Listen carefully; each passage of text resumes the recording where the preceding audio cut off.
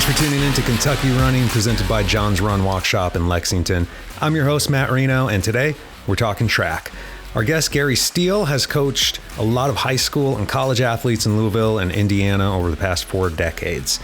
Today, he heads up Track Tuesdays for local running group Bluegrass Runners, giving people of all ages the chance to build regular speed work into their training. We're going to talk to Gary about why track work is a good idea for runners of all distances, how it benefits runners as we age, avoiding injury and burnout, and lots more topics. But first, I want to tell you about the Central Kentucky All-Comers Track Meets. They're happening June 18th and July 2nd at Asbury University. These events are presented by John's Run Walk Shop, ASICS, and the University of Kentucky Kinesiology and Health Promotion Department. These meets are open to runners of all ages and experience levels. So don't think, I'm not a track athlete, this isn't for me. No, it's totally for you. Step out of your comfort zone and hit the track with us this summer. You can learn more and sign up at the events page of johnsrunwalkshop.com. And one of the fun things happening at these meets is that our ASICS tech rep, Meredith McKinney, will be there with shoes for you to try out on the track. Let's check in with her right now to learn more about those shoes. Hi, Meredith. Hi, Matt. Thanks for having me. No problem. Thanks for being on the show. So tell us a little bit about the shoes you're bringing on June 18th and July 2nd. Yeah, so I will have our Metaspeed Sky and Metaspeed Edge Paris edition. So both of those are our racing carbon-plated shoes. So you all have a chance to give both of those a try. Okay, great. So let's start with the details of one of those. Let's start with the Edge. Sure, sounds good. So Metaspeed Sky Edge here. This is, again, going to be one of our racing shoes, carbon plated. Some similarities between the shoes that you'll hear some overlap of, I'll kind of run through. So from kind of top to bottom, we have our ASICS grip on the bottom. So that's improved durability and traction of the shoe. Updated from Metaspeed Edge Plus, the previous version, we have our Flight Foam Turbo Plus. So the Turbo Plus foam is going to be lighter and softer than the previous foam, which is what you're seeing in a lot of race and daily training styled shoes.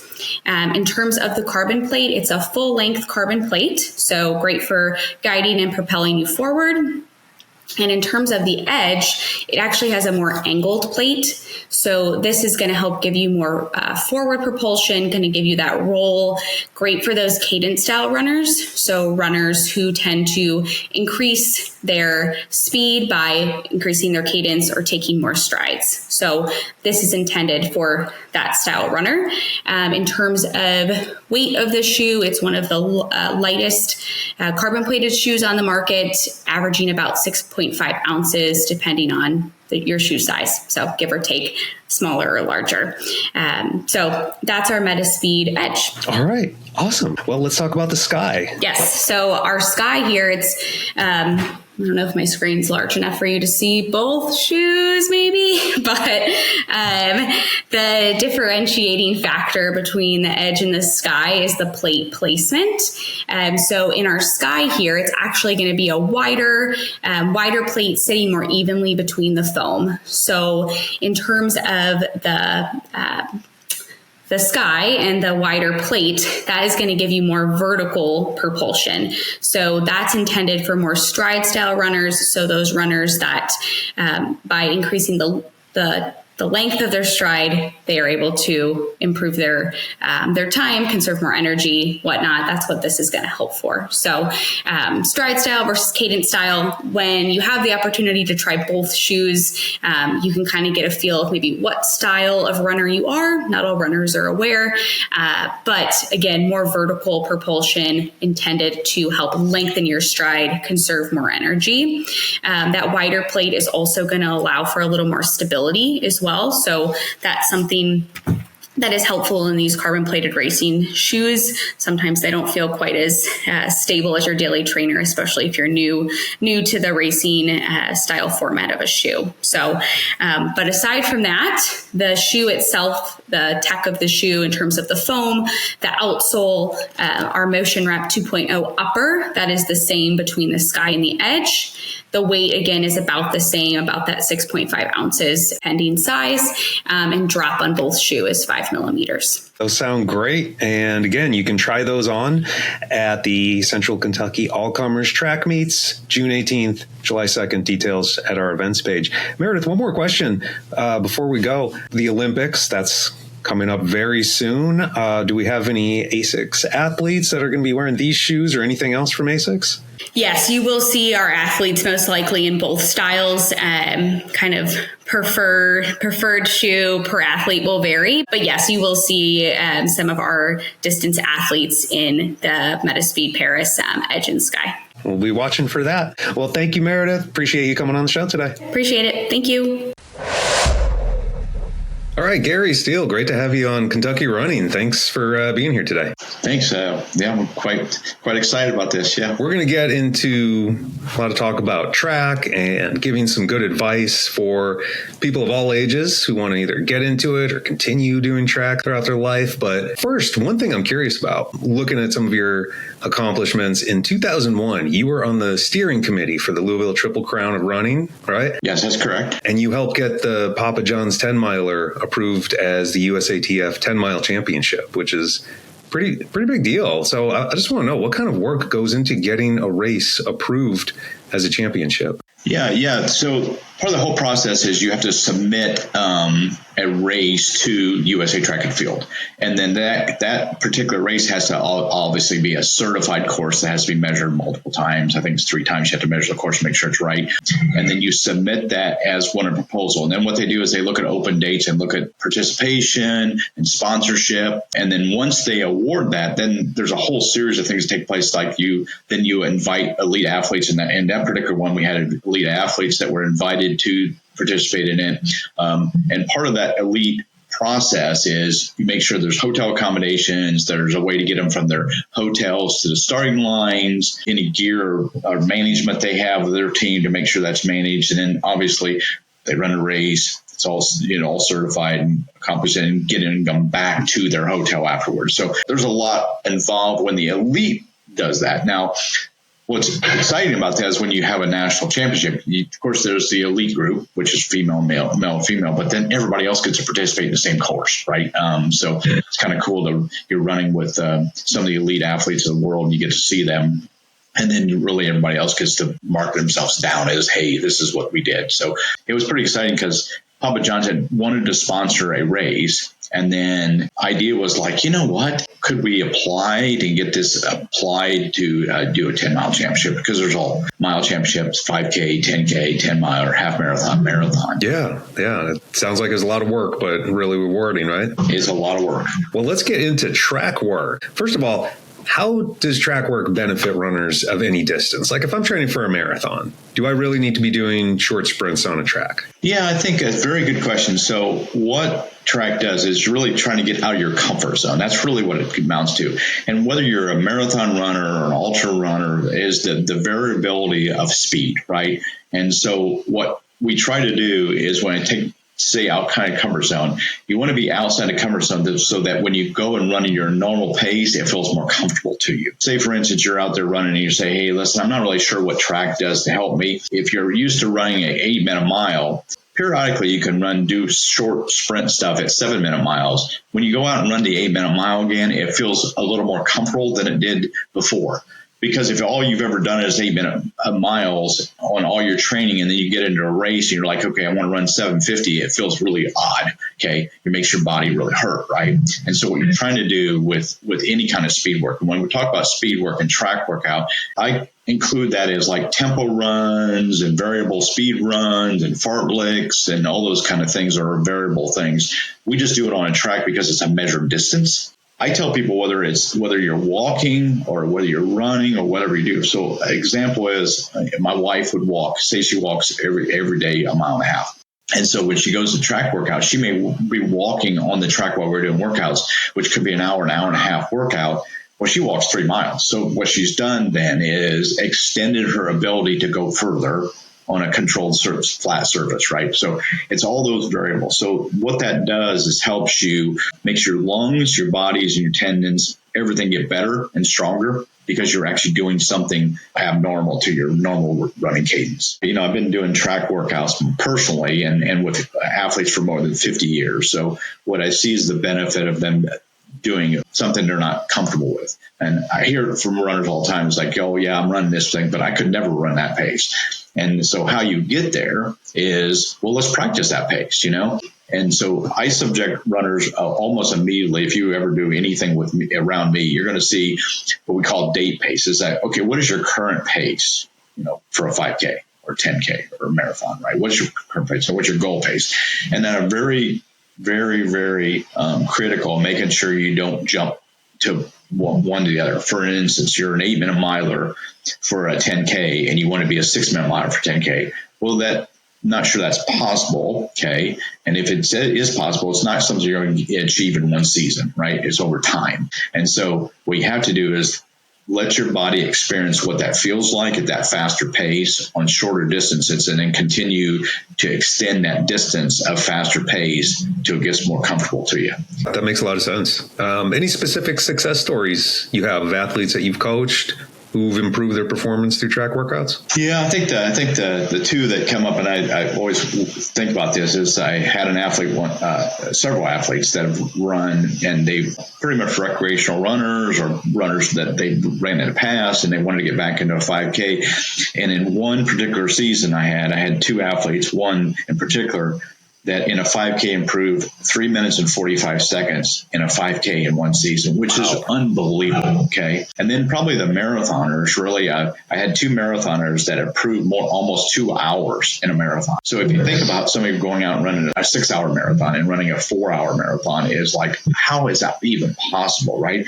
Well, it has to do with a lot of adding miles and doing quality workouts and that thing, but also it's just about them understanding that they do have an opportunity to run that way. I actually heard one of my runners, Track Tuesday, just recently say their goal had always been to run a 2-hour half marathon, and they got to like 2:05. And they said it's like they're right on the cuffs of running a sub 2-hour half marathon, which is pretty amazing, right? But what's funny is, and they say, yeah, their mom said, so there's someday you can run a 4.5-hour marathon. There's no way they can run a 4.5-hour marathon. And I'm thinking, okay, be careful what you say, because if you do the conversion, right, you should be able to, if you can run sub 2 hours and a half, you should be able to break 4.5 hours in a marathon, right?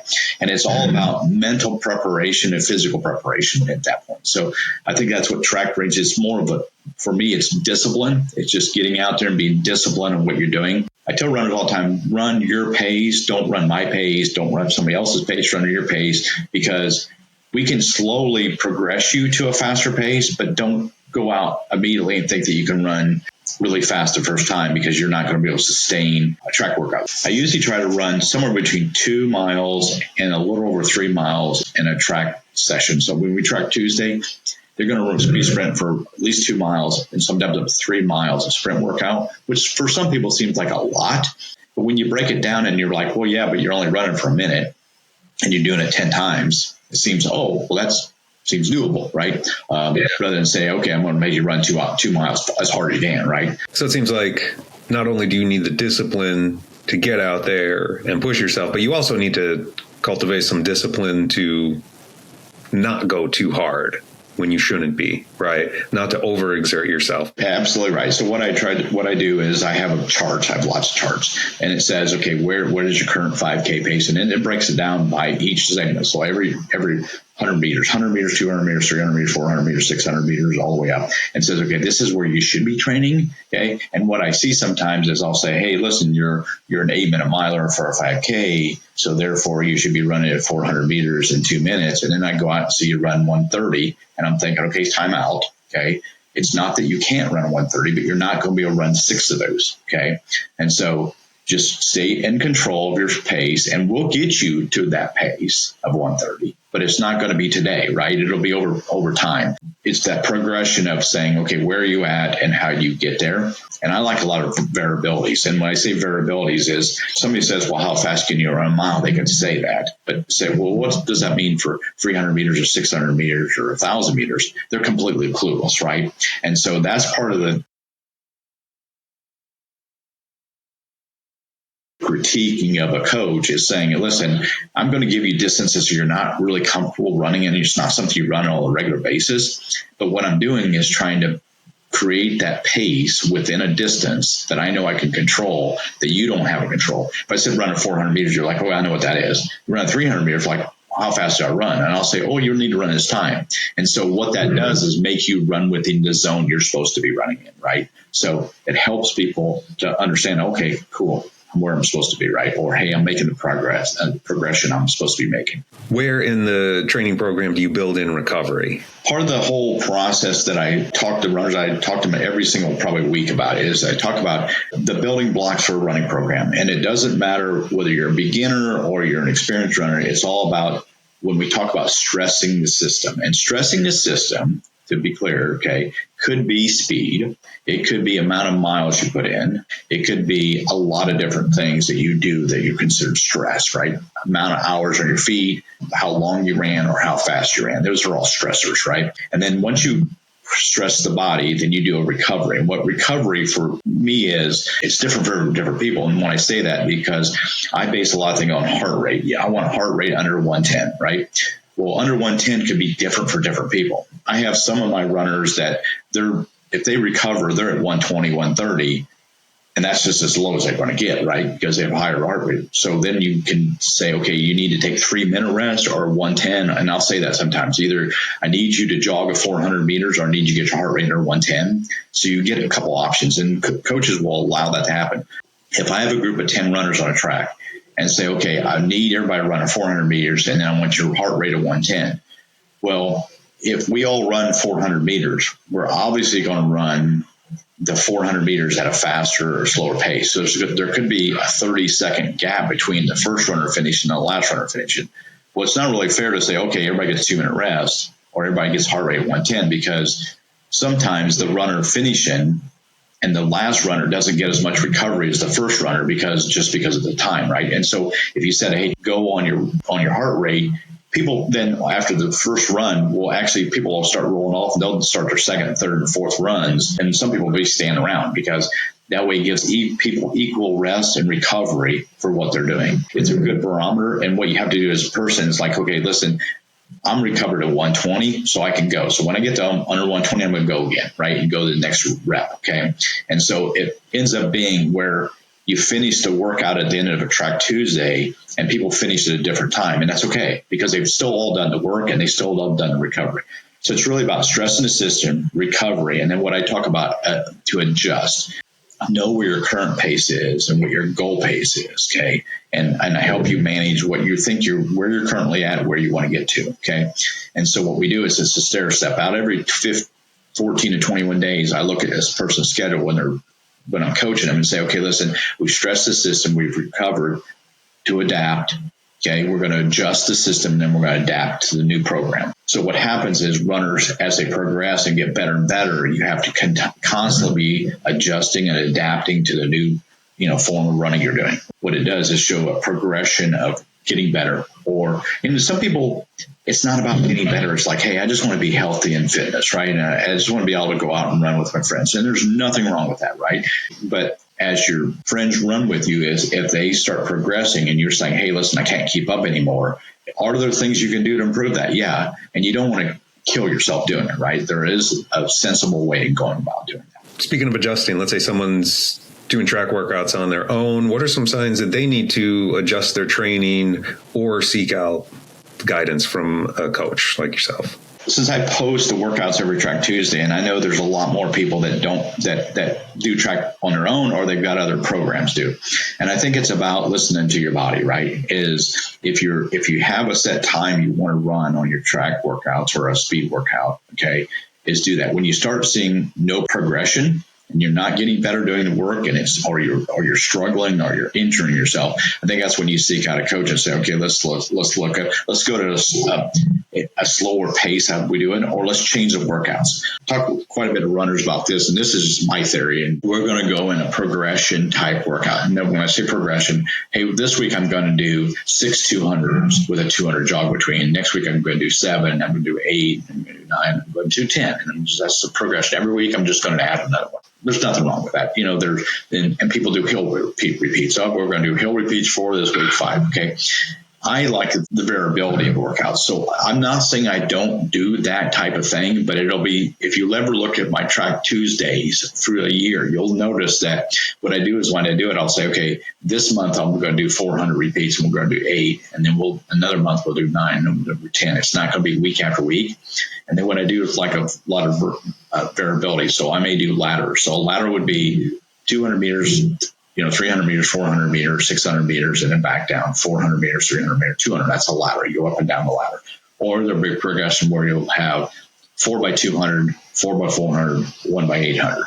And so all those different variables. And why I do that is to give your body a different change to what you're currently doing and mix things up a little bit. Some people question why that is done. It's just I think there's the monotony. If you're just like, hey, every week I got to run 400s. Yeah, I'm not sure I'm doing them, but not sure where I'm getting with it, right? And so that variability for me as a coach, it allows me to listen to the athlete and say, hey, if you're not doing well with this, maybe we change it up a little bit for you. I'll give you an example. So I had 2 high school athletes when I coached in Louisville. One of them was a 3-time state champion. The other one was a 2-time runner-up, okay? So imagine being a teammate and your friend always wins a state meet, okay? And so in one particular year, those 2 athletes, one athlete who was a state champion, he would not be successful if he ran more than 35 miles a week. He's a fast guy and he couldn't take the load. The other guy, if you didn't get him above 45 to 60 miles a week, he didn't run well. And so it was really interesting in working with those 2 is the one that needed more mileage. I say, hey, go out and get a couple miles in before we start practice. And then when you do your practice session or after practice, hey, go do a 2-mile cool down. So he was able, and then there's weekend runs for longer. He was able to do those. At the state meet, they were separated by about 3 seconds at the finish line. Completely different programs. Okay.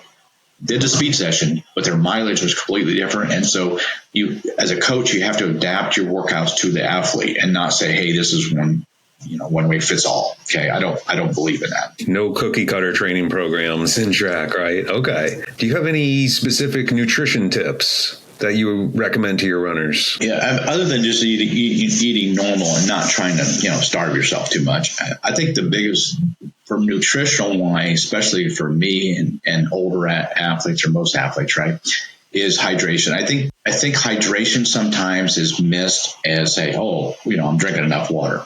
Well, are you really, right? And I think hydration, if the science tells you that by the time you realize you're getting thirsty, it's usually too late, right?